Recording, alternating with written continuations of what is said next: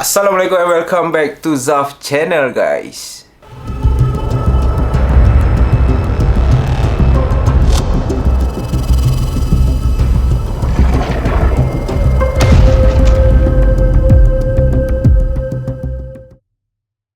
Hai guys, Assalamualaikum. Kembali lagi kita dalam Zaf channel. Dan ini adalah malam puaka. Yes, kepada korang semua yang dah pun tekan button subscribe, aku ucapkan terima kasih banyak-banyak. Aku nak make it simple as pimple, man. Sebab ada orang cakap intro Abang Zaf panjang sangat. So aku nak buat pendek je. Kisah pada malam ni, dalam malam puaka yang aku nak kongsi dengan korang. Kita dah dekat Malaysia ni, dah bosan dah. Kita nak pergi travel jauh sikit. Macam video aku yang sebelum ni, kita dah travel ke Indonesia. Kali ni lagi jauh. Benda ni berlaku dekat Maine, United States of America. Masih tempat yang sama, tempat Donald Trump bodoh tu duduk. Masih tempat yang sama, tetapi kisah pada malam ni agak misteri. Dan juga aku rasa kepada yang ada anak-anak ataupun budak-budak kecil, korang kena tengok video ni. Maybe akan memberi korang sedikit input ataupun pengajaran daripada kisah misteri yang berlaku dekat United States sana tu. So tak nak lengah masa, guys. Geng puaka semua dah ready. Let's go. Malam puaka.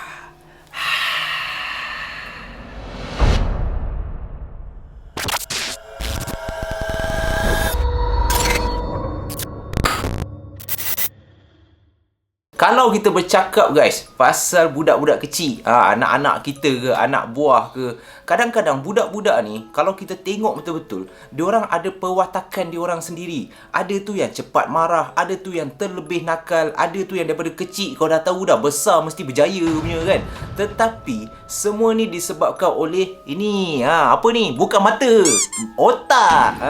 Kawalan minda ni, environment dia, macam mana cara kita handle budak-budak ni. Benda ni lah yang kalau membawa kepada perkara yang lebih teruk, kita kena jumpa psikiatri ataupun doktor-doktor pakar yang boleh merawat masalah ni.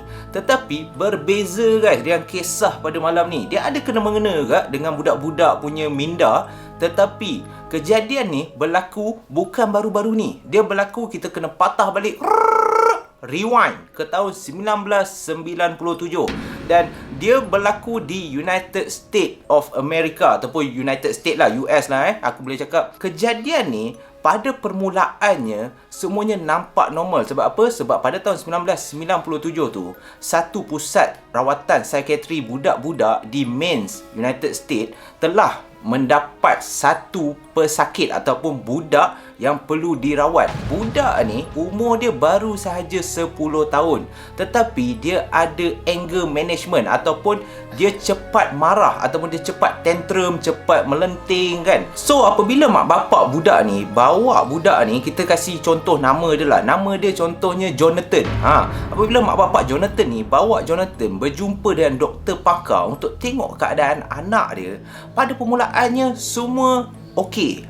Doktor ni cakap memang Jonathan ni ada sifat kemarahan apa semua. Dia ada sesi lah, sesi macam aku boleh cakap bila kau nak bercerai macam tu, kan. Kau jumpa pakar, aku boleh cakap apa, pakar rundingan, pakar lebih kurang macam tu lah, yang akan memberi kau motivasi, yang akan memberikan kau input macam mana nak solve problem ni.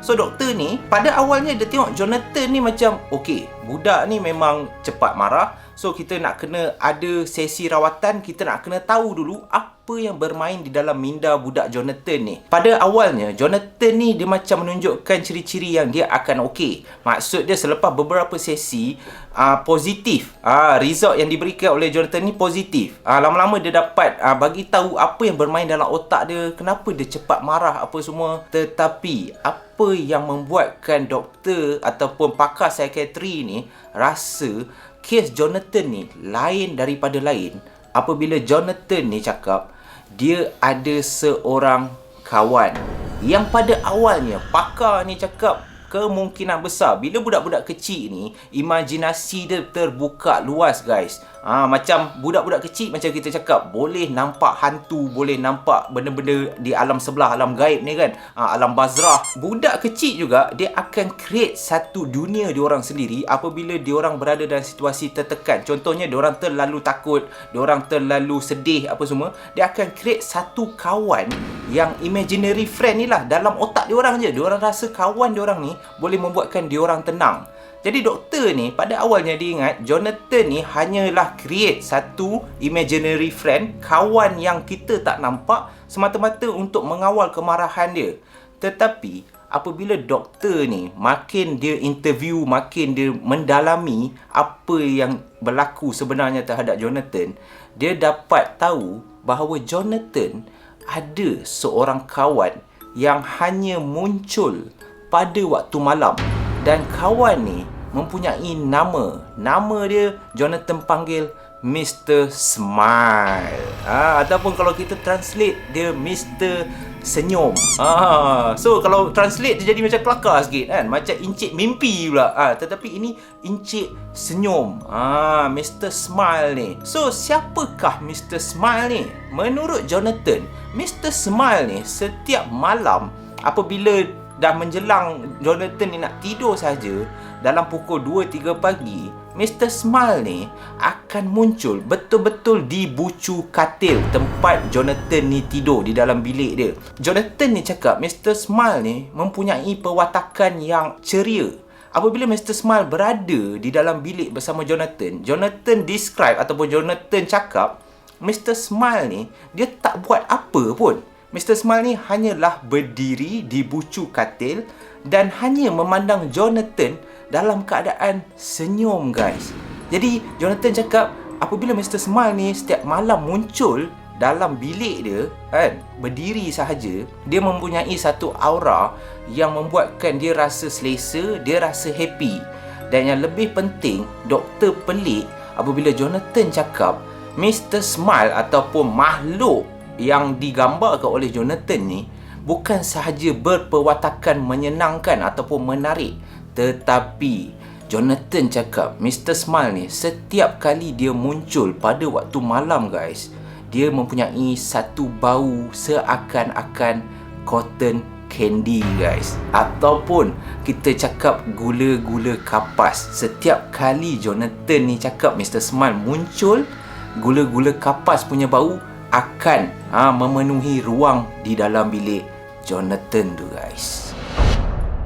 Selepas sahaja Jonathan mendapatkan rawatan di pakar psikiatri dekat Mains ni, doktor yang merawat Jonathan pada awalnya ingatkan, dia bagi tahu ibu Jonathan ni bahawa Jonathan mempunyai satu minda di mana dia hanya create di dalam otak dia, sebabkan dia ada sifat yang cepat marah. Jadi dia create satu watak yang akan membuatkan dia gembira dan dapat meredakan kemarahan dia. Dan tak lain tak bukan watak tu adalah Mr. Smile. Itu menurut doktor. Tetapi selang 2 bulan selepas itu, guys, apabila budak-budak lain mula datang untuk mendapatkan rawatan di pusat yang sama tetapi doktor yang berlainan, dan apabila doktor yang merawat Jonathan ni tengok result dia, ini yang mengejutkan, guys. Result antara 5 orang budak yang berumur, ada yang 12 tahun, 11 tahun, 9 tahun, 10 tahun, 8 tahun, yang datang di waktu yang berbeza-beza, dan diorang ni semua tak kenal, guys. Semua budak-budak kecil yang ada masalah tersendiri.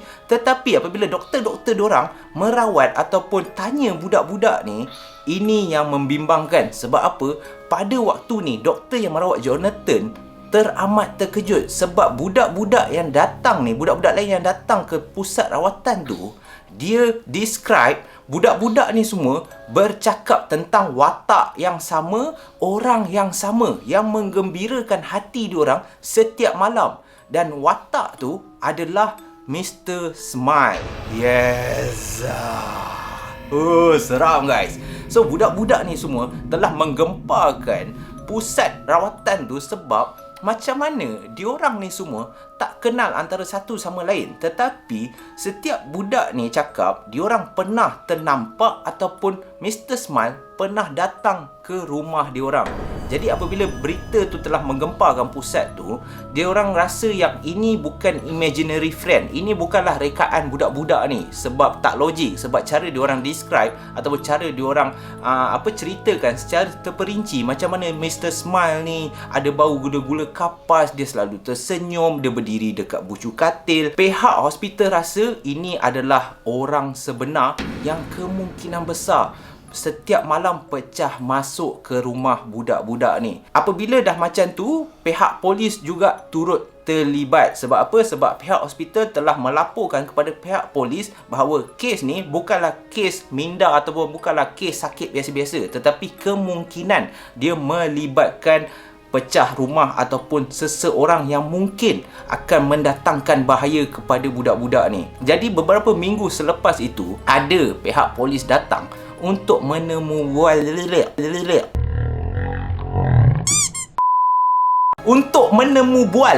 ataupun interview. Senang mat, lidah aku dah terbelit dah ni.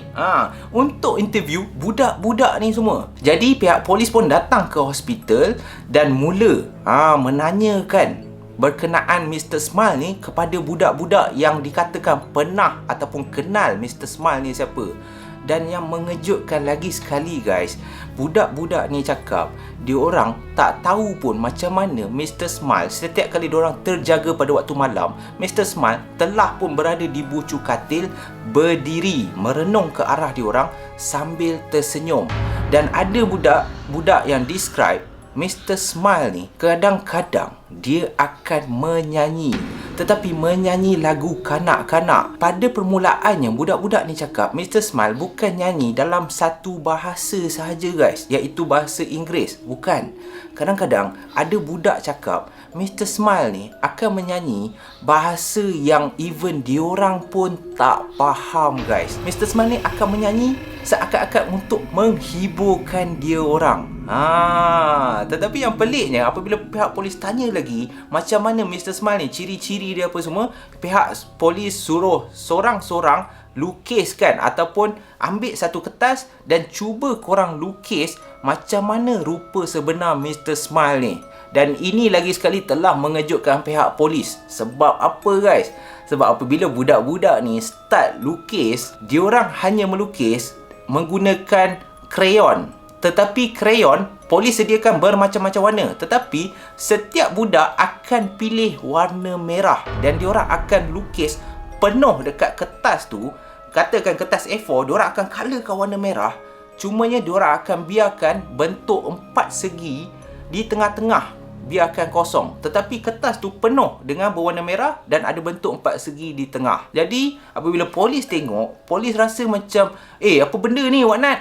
Polis jam macam kau ni, aku suruh lukis Mr. Smile, kenapa kau pergi warnakan penuh satu kertas ni, lepas tu kau biarkan bentuk empat segi kat tengah? Semua budak apabila polis provoke ataupun polis cakap yang budak-budak ni maybe adalah mereka ataupun budak-budak ni main-mainkan pihak polis apa semua, diorang mempunyai reaksi yang sama. Diorang akan berasa marah dekat pihak polis dan budak-budak ni akan cakap pihak polis tak percaya diorang. Sebab apa? Sebab budak-budak ni cakap apa yang diorang lukis tu, itulah rupa Mr. Smile yang muncul di bucu katil diorang setiap malam guys.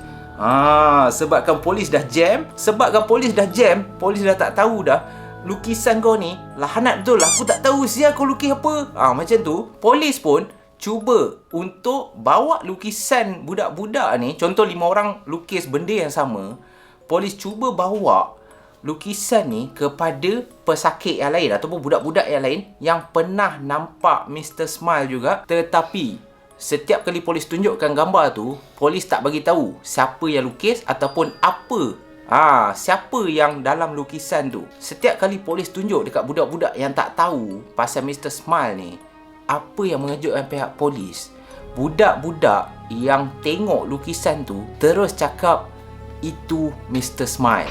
Jadi polis lagilah rasa macam serius kiranya budak-budak ni tak menipu. Kiranya rupa Mr. Smile memang macam tu.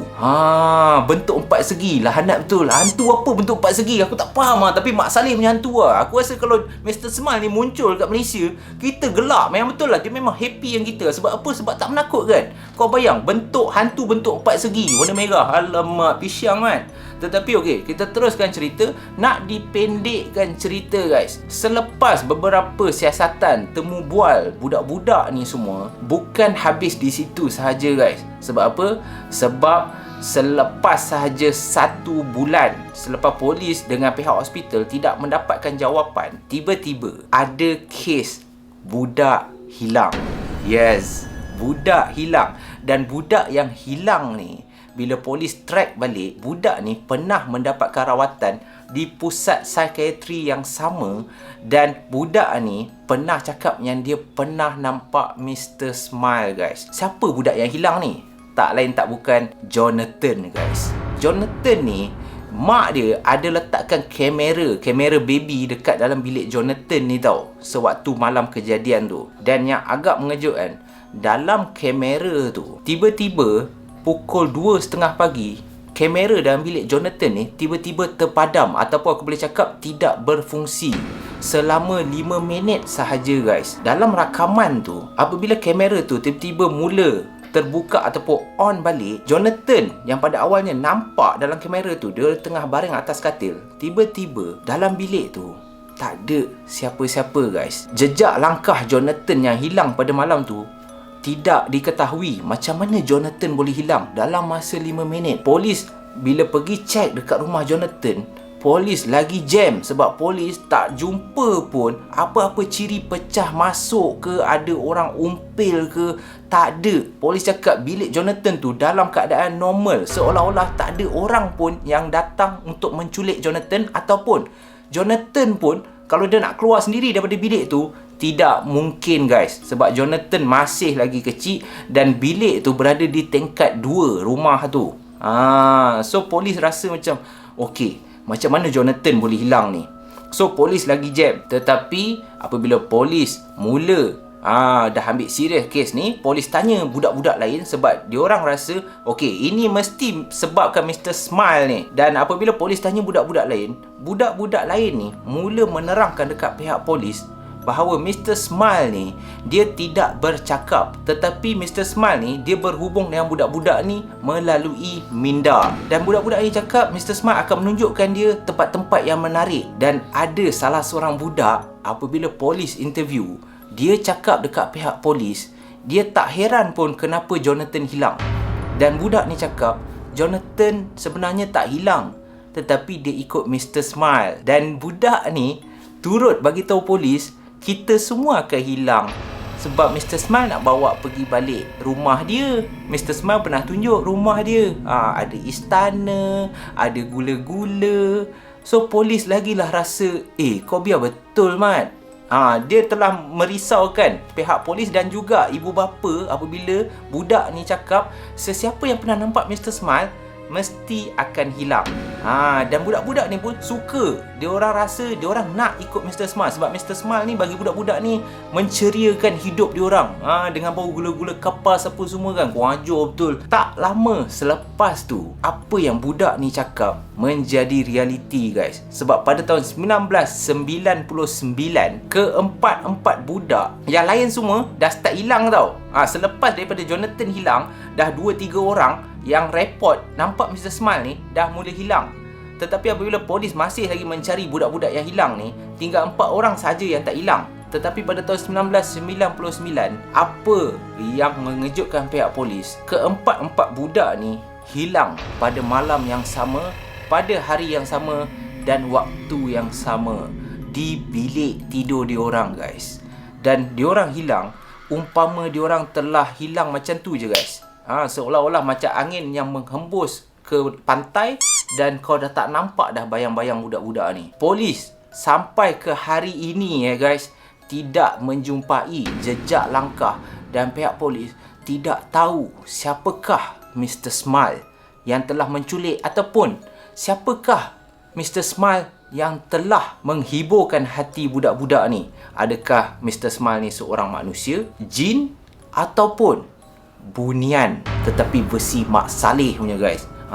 So tak tahu siapa Mr. Smile ni. Apabila cerita ni menjadi gempar dekat mains tu, sampai ke hari ini tidak mempunyai jawapan. Dan ada juga beberapa budak yang pernah menceritakan selepas kejadian budak-budak ni hilang, pernah menceritakan yang diorang pernah ternampak Mr. Smile muncul di bilik tidur diorang, guys. Jadi kepada korang yang ada anak-anak, sepatutnya korang kena ambil berat tentang pemikiran anak-anak korang. Sebab apa? Sebab benda ni melibatkan psikologi. Dan apabila melibatkan psikologi, kalau kita tidak ambil berat, kalau kita sebagai mak bapak hanya ambil ringan, hanya pada awalnya ingat yang budak-budak ni hanya cakap merepek, Itu bahaya guys. Sebab apa? Sebab kita tak tahu sama ada apa yang anak-anak kita cakap adalah imajinasi ataupun realiti guys. Jadi, itulah kisah Mr. Smile pada malam ni yang berlaku pada tahun 1997 di United States. Apa pendapat korang? Siapakah Mr. Smile ni sebenarnya? Dan apa kaitan Mr. Smile ni dengan kehilangan kesemua budak-budak yang pernah cakap nampak Mr. Smile ni?